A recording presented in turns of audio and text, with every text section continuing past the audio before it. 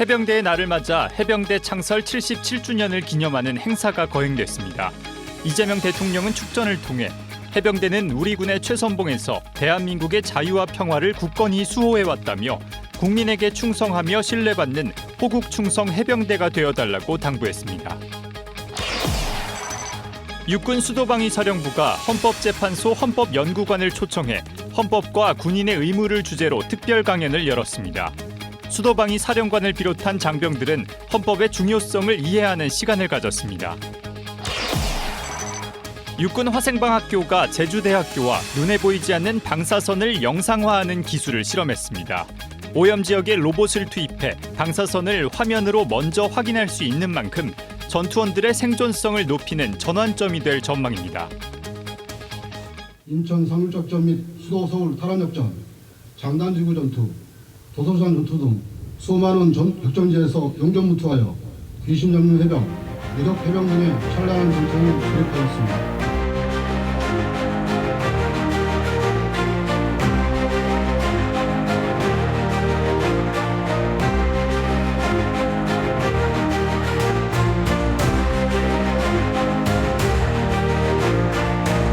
해병대는 특유의 강인함과 가죽 같은 전의를 바탕으로 싸우면 반드시 승리하는 전통을 수립했습니다.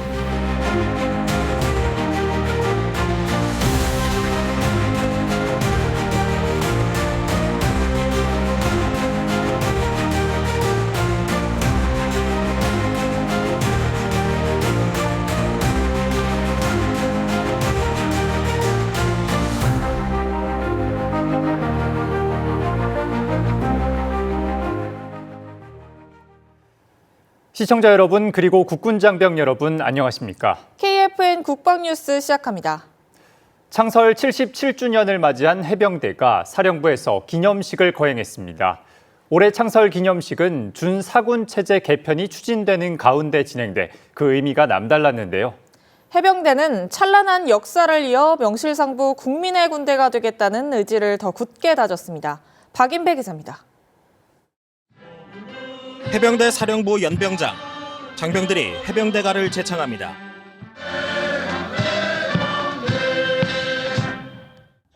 (4월 15일) 우리 해병대 창설 77주년을 기념하는 자리입니다. 올해 창설 기념일은 해병대 위상을 높이는 준4군 체제 개편이 추진되는 가운데 맞이해 의미가 더 컸습니다. 지금 우리는 준4군 체제의 개편이라는 해병대 역사의 길이 남을 중대한 전환점을 앞두고 있습니다. 해병대는 역사적 의미를 되새기고 호국 충성 해병대로서의 역할에 더 충실할 것을 다짐했습니다. 명실상부 국민의 군대로 새로운 미래를 향해 나아간다는 목표입니다. 해병대는 그 위상과 권한을 온전히 회복하고 이에 걸맞은 지휘구조와 전력을 갖춰 대한민국의 평화와 번영을 뒷받침할 수 있는 든든한 디딤돌이 되어야 합니다. 뜻깊은 날 모범을 보인 해병들은 수상의 영예를 안았습니다. 충성 분야에선 투병 중에도 투철한 책임감과 사명감으로 해병대 발전에 기여한 고 박재형 중령, 도전 분야에선 상륙 기동 헬기에 주륜 휠 분해 조립 특수 공구 세트를 개발해 약 18억 원의 국방 예산을 절감하고 정비 시간을 단축한 박정환 상사가 수상했습니다. 이와 함께 해병대는 창설 이후 최초로 탄생한 4대 해병 가문을 비롯해 3대가 해병대 현역으로 복무한 7개 가문에 병역 명문가 인증패를 전달했습니다. 대대손손 4대 가문이라는 게 정말 영광스럽고 병역 명문가의 집 상을 받아서 정말 기쁘고 뿌듯합니다. 앞으로 군 복무 열심히 해서 주어진 임무 최선을 다하겠습니다. 그 해병대 창설 77주년을 진심으로 축하드리며 앞으로 해병대가 찬란하고 무궁한 발전이 있길 바라겠습니다. 이재명 대통령은 축전을 통해 해병대가 우리 군의 최선봉에서 대한민국의 자유와 평화를 지킨 점을 강조하며 오직 국민에게 충성하고 신뢰받는 호국 충성 해병대가 되길 기대한다고 했습니다. 해병대는 이번 달 11일부터 18일까지를 마린 위크로 정하고 부대별 기념 프로그램을 마련해 창설의 의미를 새기고 있습니다. 우리 군의 최선봉에서 활약해온 해병대, 이제 준4군 체제를 발판 삼아 새로운 도약에 나섭니다. 국방뉴스 박인배입니다. 우리 국민을 든든히 지켜온 대한민국 해병대가 창설 77주년을 맞았습니다. 1949년 진해에서 시작된 부대는 현재 대한민국 안보를 책임지는 강군으로 성장했습니다. 해병대의 창설 과정부터 현재에 이르기까지 이민영 기자가 정리했습니다. 1949년 4월 15일 경남 진해 덕산 비행장에서 300여 명의 인원들이 모여 해병대 창설식이 거행됐습니다. 해병대는 삼면이 바다인 한반도의 지리적 특성 때문에 육지와 해상에서 전투를 수행할 수 있는 특수목적군의 필요성이 제기되며 창설됐습니다. 해병대는 창설된 지 불과 1년 만인 1950년 6.25 전쟁을 맞게 됩니다. 여러 전투에 투입돼 북한군의 남진을 지연시켰고 진동리 전투에서는 전장병 1계급 특진이라는 영예를 안기도 했으며 통영상륙작전에서는 귀신 잡는 해병대라는 별칭까지 얻습니다. 1950년 9월 15일에는 전쟁의 판도를 바꾼 인천 상륙작전의 대한민국 해병대가 미 해병대 제1사단과 함께 펼친 서울 탈환 작전에서 중앙청의 태극기를 개항하며 해병대의 명성을 떨쳤습니다. 이후 도솔산 전투와 펀치볼 전투에서도 뛰어난 공을 세워 당시 이승만 대통령으로부터 무적해병이라는 휘호를 하사받았습니다. 전쟁 이후 해병대는 청룡부대를 창설하고 1965년 베트남 전쟁에 파병을 보내며 우리 군의 위상을 높였습니다. 그리고 시간이 흘러 2010년 11월 23일 북한의 도발로 연평도 포격전이 발발했습니다. 북한은 민간인이 사는 연평도에 해안포와 방사포 170여 발을 퍼부으며 무차별적인 공격을 감행했습니다. 정전협정 이후 처음으로 민간 거주지역을 직접 타격한 도발이었고 연평도 주민 모두가 일촉즉발의 위기에 놓였습니다. 대한민국 해병대는 첫 포탄이 떨어진 후 14시 47분부터 대응 사격을 개시해 전투가 멈출 때까지 단 한 발도 물러서지 않으며 훌륭하게 서북도서를 수호했습니다. 이 전투로 해병대와 서북도서의 중요성이 알려지며 해병대 제6여단과 연평부대가 확장되는 계기가 됐습니다. 2026년 현재에는 해병대 준4군 체제 구축을 향해 국가 차원에서 해병대 작전 독립성 강화, 전략기동군 역할 확대, 해병대 전력 현대화를 진행시키고 있으며 제도적 기반 강화가 진행 중입니다. 1949년 진해에서 시작된 작은 부대는 오늘날 대한민국 안보를 책임지는 강군으로 성장했습니다. 77년 동안 이어진 귀신 잡는 해병대의 역사와 전통은 앞으로도 대한민국을 지키는 힘으로 이어질 전망입니다. 국방뉴스 이민형입니다. 육군 수도방위 사령부가 헌법재판소 헌법연구관을 초청해 민주주의와 헌법가치 특별 강연을 진행했습니다. 박세영 헌법연구관을 초청해 진행된 특별 강연은 헌법과 군인의 의무를 주제로 진행됐습니다.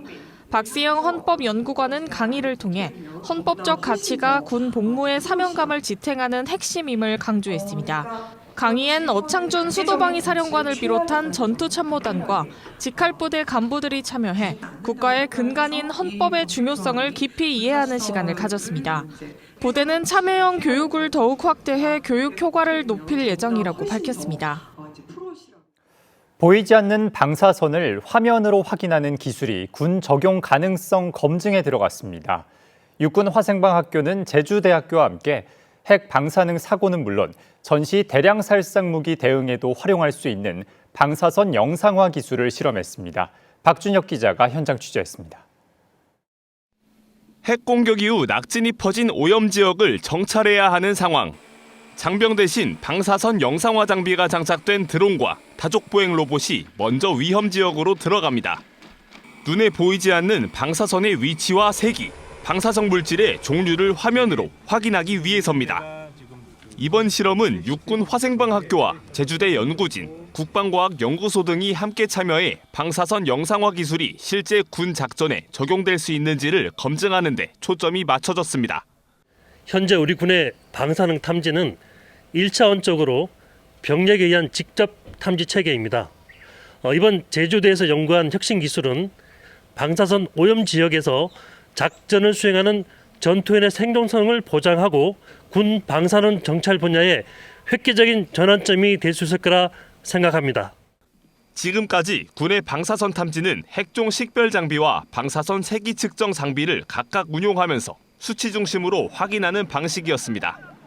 방사선이 존재한다는 사실은 알 수 있어도 오염원이 정확히 어디에 있고 어느 범위로 퍼졌는지 직관적으로 파악하는 데는 한계가 있을 뿐더러 방사선을 측정한 전투원의 안전까지 보장할 수 없었습니다. 저는 지금 실제로 방사선 물질이 존재하는 현장에 나와 있습니다. 이 장비를 통해 저는 방사선 물질의 종류와 세기, 그리고 위치까지 확인이 가능합니다. 쉽게 말해 이 기술은 열화상 카메라처럼 방사선을 화면으로 먼저 보고 장병이 직접 들어가기 전 위험 지역 상황을 먼저 확인할 수 있다는 것이 핵심입니다. 장비는 사람이 직접 들고 움직이는 핸디형뿐 아니라 드론과 다족보행 로봇, 고정형 장비 등 다양한 유무인 플랫폼에 탑재할 수 있습니다. 그만큼 위험 지역에 병력은 먼저 투입하지 않고도 방사능 정찰이 가능해져 장병 생존성과 작전 효율을 함께 높일 수 있을 것으로 기대됩니다.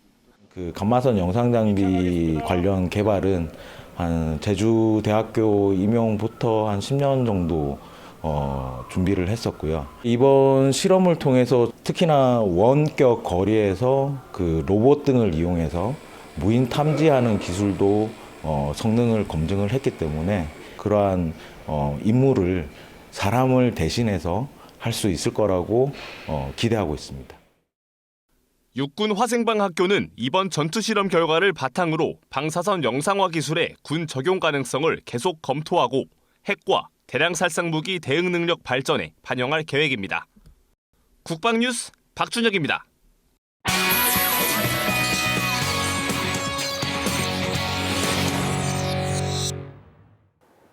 네, 앞서 전해드린 것처럼 육군 화생방학교가 제주대학교와 함께 방사선 영상화 기술의 군 적용 가능성을 검증하고 있습니다.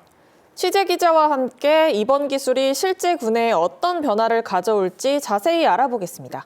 박준혁 기자 안녕하십니까? 네, 안녕하십니까?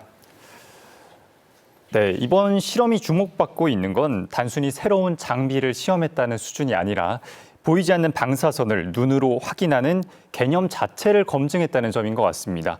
박 기자, 그렇다면 이번 실험의 핵심은 무엇인가요? 네, 핵심은 사람이 먼저 들어가던 위험 지역에 이제는 장비가 먼저 들어가 상황을 보여줄 수 있다는 점입니다.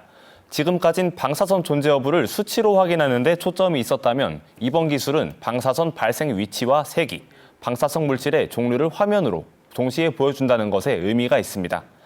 즉, 방사능 정찰을 숫자로 판단하는 단계에서 영상으로 확인하는 단계로 끌어올릴 수 있는지 본 실험이라고 할 수 있습니다.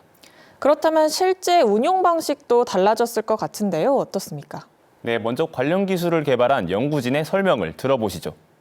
기존의 무인기 기반 방사선 탐사 시스템은 무인기에 별도의 방사선 탐지 장비를 탑재하는 방식이었습니다. 저희가 개발한 무인 체계는 무인기와 방사선 탐지 시스템을 단일 체계로 융합하였으며 비행과 탐지, 식별, 시각화를 단일 프로그램으로 실시간 수행합니다.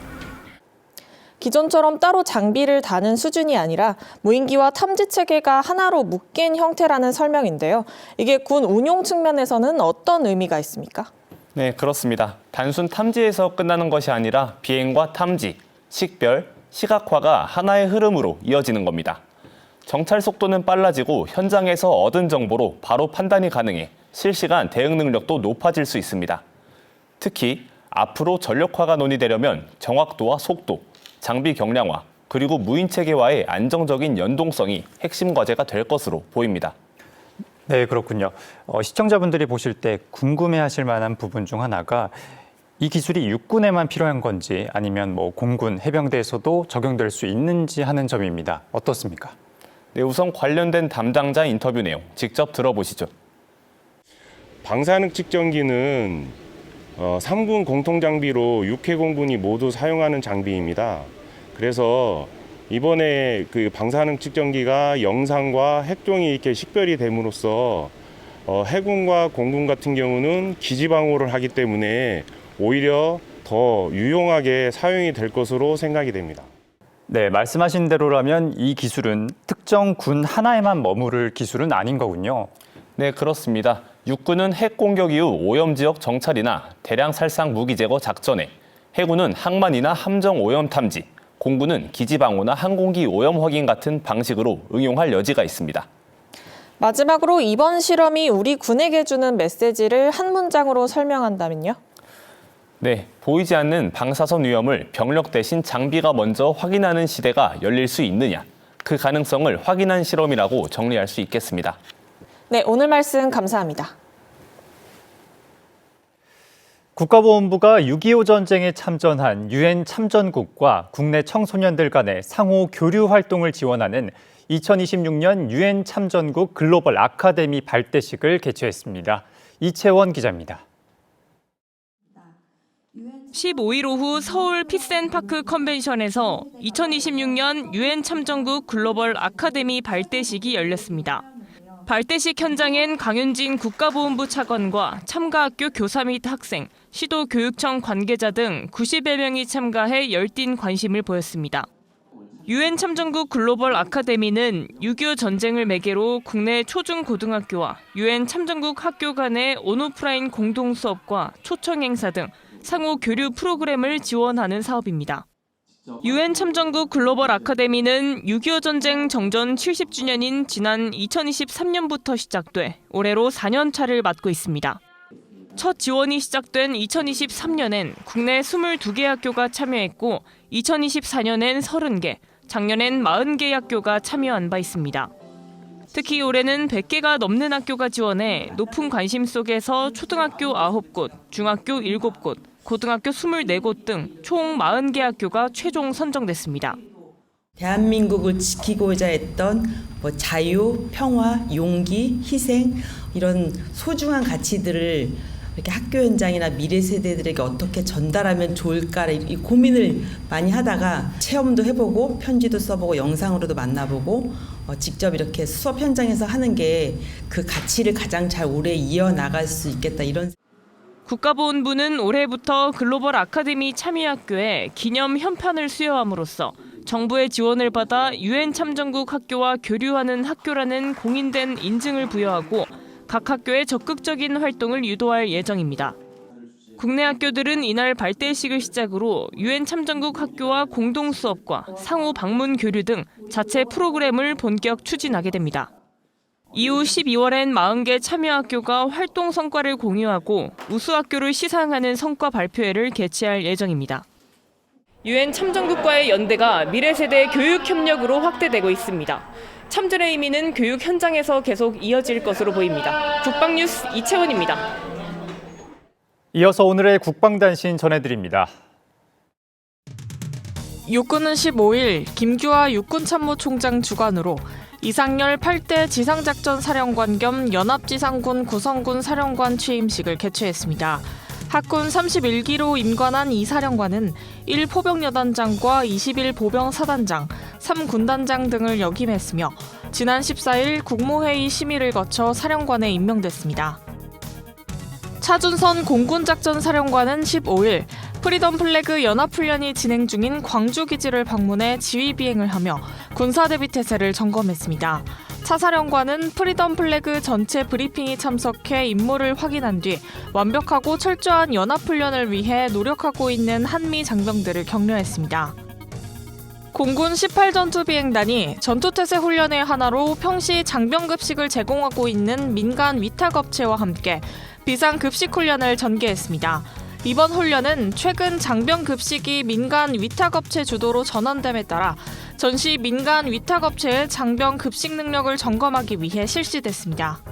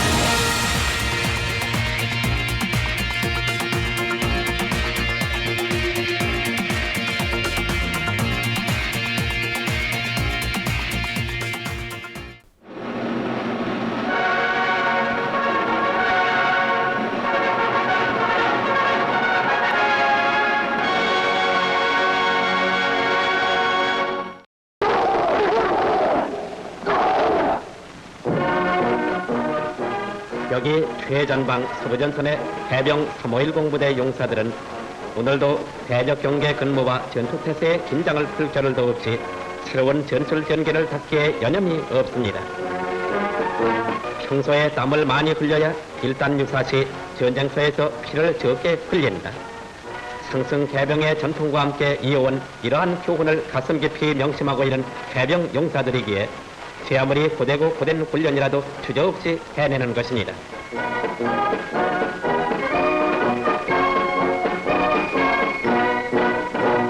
뛰고 기고 뒹굴고 발급이 까지는지도 모르고 구슬땀 흘리며 훈련을 받아내는 용사들의 모습은 마치 실전을 수행하는 듯한 모습이기도 한 것입니다. 웬만한 사람이라면 감당해내기 어려운 평소의 고된 교육 훈련, 이러한 평소의 노력은 결코 헛되질 않는 것입니다.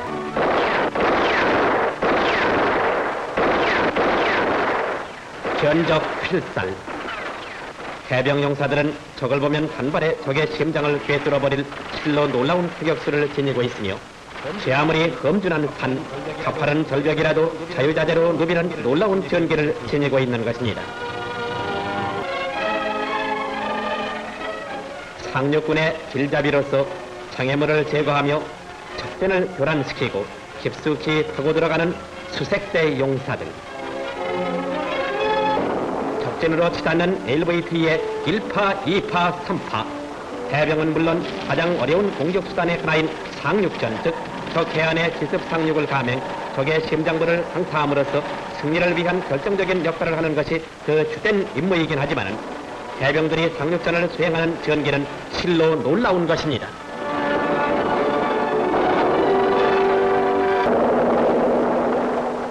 이 믿어온 전력, 해병 용사들은 어떠한 조건에도 구애를 받지 않습니다. 상황에 따라서는 상륙 돌격과 동수에 의한 수직 공격을 동시에 감행하는 이른바 입체전을 훌륭히 수행하는 믿어온 우리 해병인 것입니다.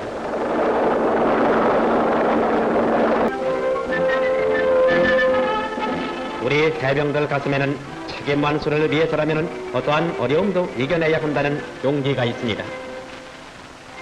그리고 조국에 처해 있는 현실과 60만 국군에게 거는 기대가 과연 무엇인가를 옳게 깨닫고 이를 실천하는 슬기가 있습니다.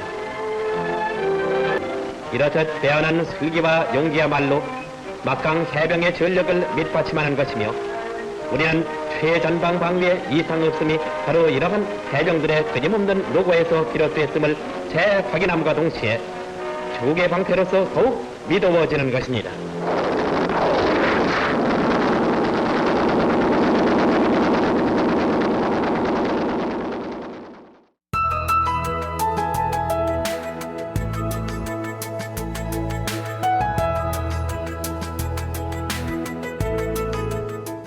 기상정보입니다. 한낮에는 기온이 25도가 넘는 초여름 날씨가 이어지고 있습니다. 밤에는 기온이 10도까지 떨어져 큰 일교차가 보이겠으니 건강에 유의하시기 바랍니다. 자세한 날씨 알아보겠습니다. 내일 예보입니다. 내일은 전국이 대체로 맑겠습니다. 내일 아침 최저기온은 서울 10도, 원주는 5도가 예상되며 한낮 최고기온은 서울 26도, 강릉은 18도가 예상됩니다. 주간 기상 전망입니다. 금요일 중부 지역은 구름이 많은 가운데 한 차례 소나기가 예상되며 충청 이남 지역은 오후부터 남쪽 기압골의 영향으로 비가 예상됩니다. 주말인 토요일과 일요일은 대체로 맑겠습니다. 이상 공군 기상단 제공 기상정보였습니다. 이것으로 KFN 국방뉴스를 마칩니다. 시청해주신 여러분 고맙습니다.